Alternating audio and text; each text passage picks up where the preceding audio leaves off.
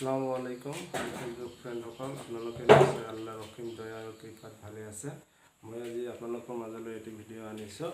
এয়া হৈছে সামন্তৰিক, এটা সামন্তৰিক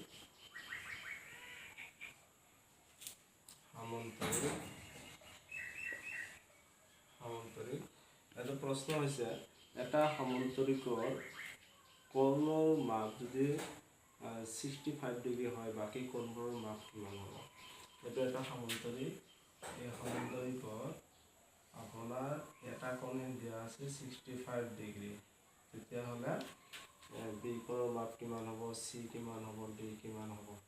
গতিকে আহক আপোনালোকে সমাধান কৰি চাওঁ। এ বি চি ডি এটা সামন্তৰিক। এ বি চি ডি এটা সামন্তৰিক। ইয়াৰ এ কোণ হৈছে 65 ডিগ্ৰী। এইখন হৈছে 65 ডিগ্ৰী। আমি জানো সামন্তৰিকৰ ক্ষেত্ৰত আমি জানো যে সামন্তৰিকৰ ওচৰা ওচৰিকৈ থকা কোণৰ সমষ্টি হৈছে 180 ডিগ্ৰী। তাৰমানে এইটো যদি 65 হয় আৰু এই দুটা কোণ মিলি 180 ডিগ্ৰী হ'ব, নাইবা এই দুটা কোণ মিলি 180 ডিগ্ৰী হ'ব। গতিকে এ কোণ প্লাছ বি কোণ সমান 180 ডিগ্ৰী। এ কোণ প্লাছ বি কোণ সমান 180 ডিগ্ৰী হ'লে এ কোণ আছে 65 ডিগ্ৰী প্লাছ বি কোণ ইকুৱেল 180 ডিগ্ৰী। এতিয়া যদি আমি বি কোণটো ৰাখি দিওঁ, বি কোণৰ ইয়াতে বি কোণটো যদি আমি ৰাখি দিওঁ, এ কোণৰ মাপ হৈছে 65 degree. 65 degree left hand side বাওঁপক্ষত কি আছে, 65 প্লাছত আছে। গতিকে সোঁপক্ষত ল'লে এইটো 65 ডিগ্ৰী মাইনাছত যাব।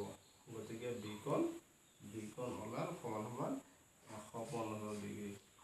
আকৌ সামন্তৰিকৰ বিপৰীত কোণবোৰ সমান হয়। এইটো এটা নিয়ম আছে যে সামন্তৰিকৰ বিপৰীত কোণবোৰ সমান হয়। ওচৰা ওচৰিকৈ থকা কোণৰ সমষ্টি 180 ডিগ্ৰী হয়। গতিকে সামন্তৰিকৰ বিপৰীত কোণ যদি সমান হয়, এ কোণ যদি 65 ডিগ্ৰী হয়, তেতিয়াহ'লে চি কোণ অলৰেডি জানিম আমি 65 ডিগ্ৰী হ'ব। আৰু বি কোণ ইকুৱেল ডি কোণ,